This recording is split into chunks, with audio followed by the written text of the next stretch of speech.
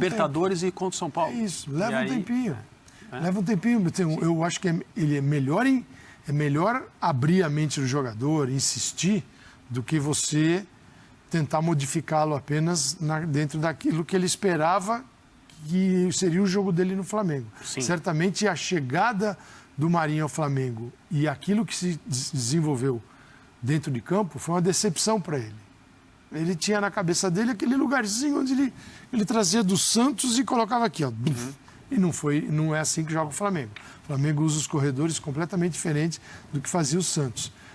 Mas eu acho que dá para melhorar. Mas também tenho certeza e convicção que esses jogos vão aparecer para o Palmeiras, já apareceu. Para o Flamengo, apareceu. E vai chegar o Atlético Mineiro também. Bom, vem de empate, aquele empate com o América. Agora, ele é a maior força ali. O Atlético Paranaense jogou em Tocantins, foi uma viagem louca. E não dá para chamar de gramado, era alguma coisa... do ponto de vista de entrega física, fez contra o Flamengo uma partida à altura. Para ser superior, foi superior. No caso do Flamengo, que é o assunto aqui, foram 2 boas atuações, né? E aí, no terceiro jogo, espera-se a sequência disso, porque fase de grupos da Libertadores também, daqui a pouco tem jogo de novo, é preciso continuar subindo. E talvez a sensação de que agora ele começou a acertar, porque alguns jogadores passaram a se mostrar mais confortáveis em campo, foram destaques individuais nas 2 partidas, pela Libertadores no Maracanã e contra o São Paulo no mesmo Maracanã.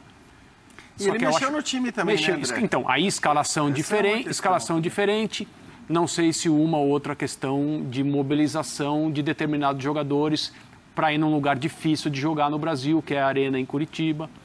E contra um time que sempre briga, sempre luta, sempre é difícil, sempre é duro. Mas nada disso desmente que era necessário ter um nível coletivo de jogo superior ao que o Flamengo está mostrando hoje. Eu até entendo, do ponto de vista do adversário e da dificuldade do jogo, quem dizia ou quem argumentou falando, mas... Cara, o jogo na Arena da Baixada, campeonato por pontos corridos contra o Atlético Paranaense, é o jogo para você manter o time principal, que é um jogo até mais difícil do que tecnicamente do que aquele que o Flamengo terá. Só que tem a questão da distância entre os jogos. Claro. Quer dizer, aquilo que a gente falava, lembra com toda a discussão da final da Libertadores, do Palmeiras poupar contra o São Paulo ou não, o Calçado sempre falava disso, né? Escalar os times a cada 7 dias, a cada 6 ou 7 dias ali, com intervalo de uma semana. Então, mesmo que você considerasse que, do ponto de vista técnico, o desafio do Atlético Paranaense era maior, talvez fisicamente ele disse, não, cara, eu não vou escalar. Esses caras acabaram de jogar um jogo complicadíssimo no Maracanã, de uma intensidade altíssima contra o Palmeiras. Bem desgastado. Eu não vou colocar esses caras para recuperação. A gente tem que estar cada vez mais preparado para entender e avaliar que rotação de elenco não é desculpa para má performance, porque os times têm que ter a condição, até porque a gente está falando de um dos melhores elencos do Brasil, tem que ter a condição de mudar 3, 4 jogadores sem perder capacidade de organização e rendimento. Porque, assim, 3 jogos em 7 dias com o mesmo time, não existe nenhum técnico, nenhum departamento físico vai avalizar isso. Você não recupera para o segundo totalmente e você não vai recuperar para o terceiro, menos ainda. O teu quarto jogo, a chance de lesão, ela é gigantesca. Infelizmente, se fala algo assim, de um jeito no futebol brasileiro, que é, como é que pode, né? Tá cansado nessa época do ano. Gente, não é uma questão de estar cansado. Assim, que época do ano? O ano vira. Recuperação. Recuperar é tão importante quanto treinar. Então, você recupera. Então, você tem que recuperar o jogador para poder exigir. Aí você, como treinador, vem com uma proposta mais agressiva para recuperar a bola, por exemplo, que é como está se tentando jogar no Brasil. E quando você contrata um treinador de fora, o futebol que ele foi moldado é esse. Não é um futebol de 35 graus, jogando 3 vezes por semana e viajando 10 mil quilômetros para fazer um jogo e de volta. Então é o seguinte, ele pensa num jogo de intensidade. Claro que ele tem que se moldar à estrutura que o Brasil oferece para que isso aconteça. Agora, o grande clube, falou o Léo, o grande clube, o grande elenco, a gente vive falando disso, ou então a gente tem que chegar aqui e falar que não tem. Não tem esse grande elenco. Tem. Então ele tem que encontrar uma forma de alcançar rendimento variando, sem aquela ideia do torcedor que precisa, né? O time 11. Alguns times você sabe qual é o 11, outros você não vai saber nunca. Tem cada vez nem mais, o treinador né, sabe. Calçade? Eu acho que sim, só para não deixar passar, o elenco do Atlético Paranaense hoje, você olha para o banco do Atlético Paranaense e para as opções que o Carille vai ter para escalar e para rodar... E evoluir. Ele rodou contra o Continópolis. É isso. E rodou, e você vê jogadores de altíssimo nível ali no banco ou jogando. Então, assim, cada vez mais a gente tem times com essa capacidade. Aí o time, assim, você insiste, aí o time dá aquela... Ele morre no segundo tempo. Aí o jogo fica aquele jogo... Assim, aí você vai buscar no treinador e na capacidade dos jogadores a resposta para um desempenho ruim, que é da estrutura. Não é daquele jogo específico, mas é sim da estrutura que os jogadores estão submetidos. Agora, menos que você aceite, olha, os caras vão andar em campo, eles vão fazer 3 jogos por semana, aí no segundo tempo está todo mundo assim, andando, caminhando, mas não reclama.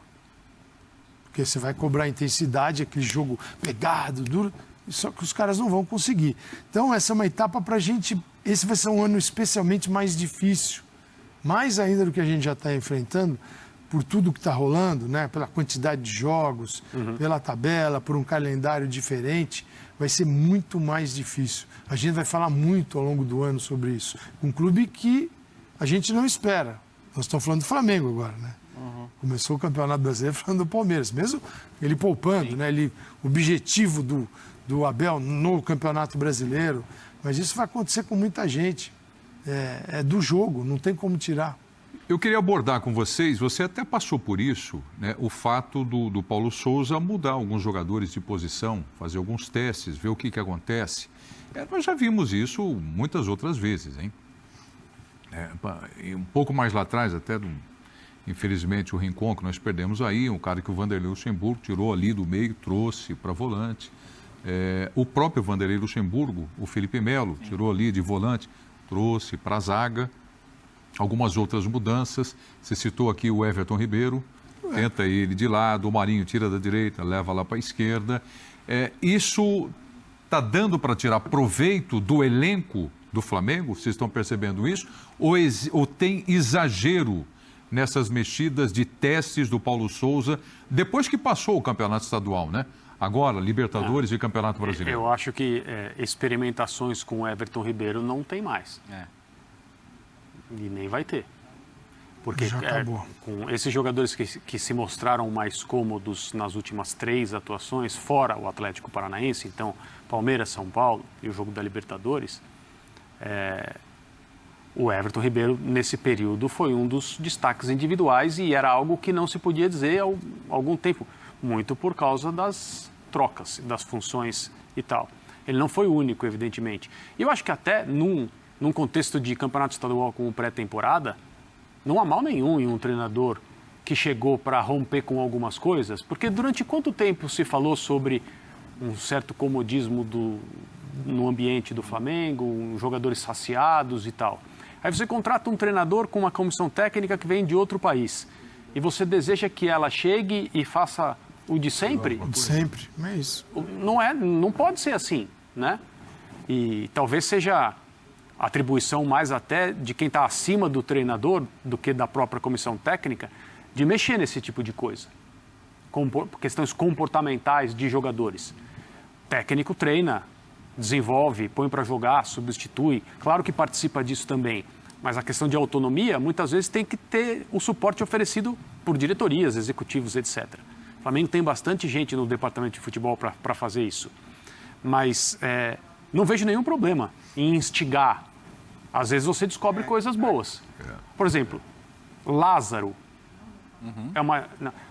não foi inventado pelo Paulo Souza na função que ele desempenha no time, não se trata disso, mas eu estou dizendo, é um jogador que surge e ganha o seu espaço, certo? Sim. Não é uma coisa que simplesmente brota ali. Tem um trabalho de treinamento, de orientação, etc. O Flamengo tem mostrado alguns pontos positivos. Eu acho que a minha questão é que, assim, só para terminar, a minha questão é que, do ponto de vista coletivo, não se vê uma sequência que possa deixar claro que, olha, esse time está melhorando.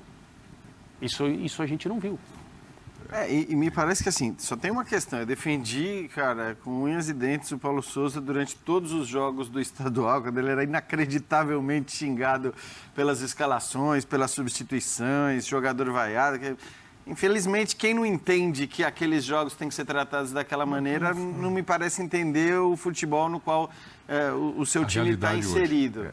Agora, eu só acho que a partir de agora, você já não tem mais espaço para ficar insistindo em coisas que não deram certo, ou que não estão dando certo.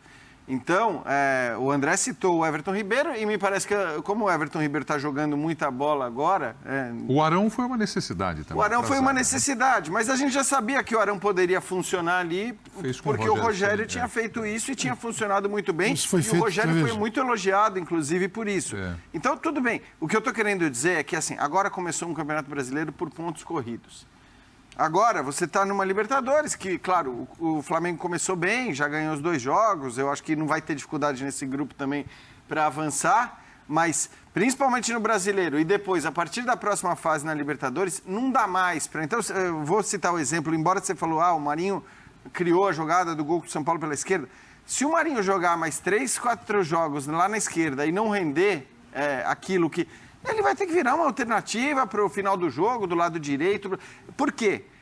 Para quando ele... Porque me parece claro qual é a motivação do Paulo Souza. Ele tem uma ideia de que o cara nessa posição do lado direito é um cara mais meia e menos agudo, e do lado esquerdo ele quer o cara mais agudo, até porque ele tem essa ideia de que os caras que vêm de trás colaboram muito mais, né?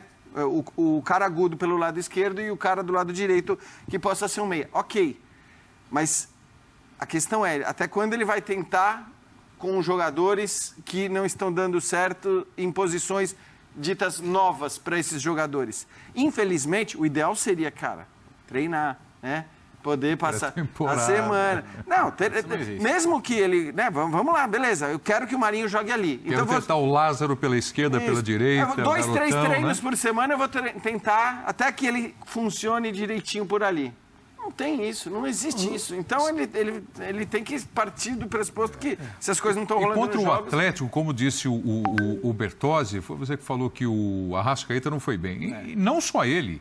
Sim, mas é porque ele acaba sendo um grande termômetro ofensivo. O lado do Lázaro não é esse.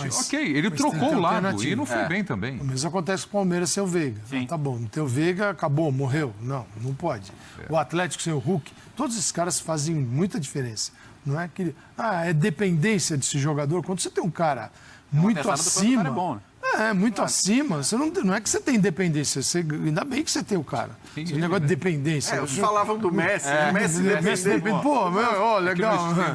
Maradona dependente, Pelé dependência. Agora, é preciso fazer um exercício para quem não consegue enxergar isso. Imagina assim, um calendário gigante na parede da sala do treinador, com 12 meses, né? Todos os dias do ano. E ali você põe você cola ali um post-it, um vermelho, em cada dia que você vai jogar. Você pega 38 datas do Brasileirão. Um time como o Flamengo tem que colocar 13 datas de Libertadores, porque ele pode chegar na final. Ele é um candidato ao título, então ele tem que colocar 13 datas de Libertadores. Copa do Brasil, ele tem que colocar todas as datas até a final da Copa. Se ele cair antes, mas ele não pode falar, não, aqui eu vou cair. Não, ele tem que pensar. Aí é Supercopa, aí tem um monte de coisa. Tem data FIFA, tem o dia que você viaja, o dia que você volta da viagem. Aí você começa a tirar. O que sobra? O que sobra de dias úteis para recuperação? Então põe outro também na recuperação. O que sobra para efetivamente você falar assim... Por isso a resposta do jogo tem que ser mais considerada do que seria num outro contexto? O que você vê no jogo, você tem que levar em consideração para o próximo jogo. Aí a gente até periga falar que, mas está fazendo tentativa e erro. Não é isso, é que assim, o cara não vai treinar, ele não vai conseguir experimentar outras coisas. Então ele tem que olhar o que acontece no jogo e a partir daquilo tomar Porque as decisões. Você não melhora os times, não é só por uma ausência de unidade de treinamento, eu não posso treinar. É que tipo de treinamento você é obrigado a fazer entre um jogo e outro, que você não vai melhorar a equipe.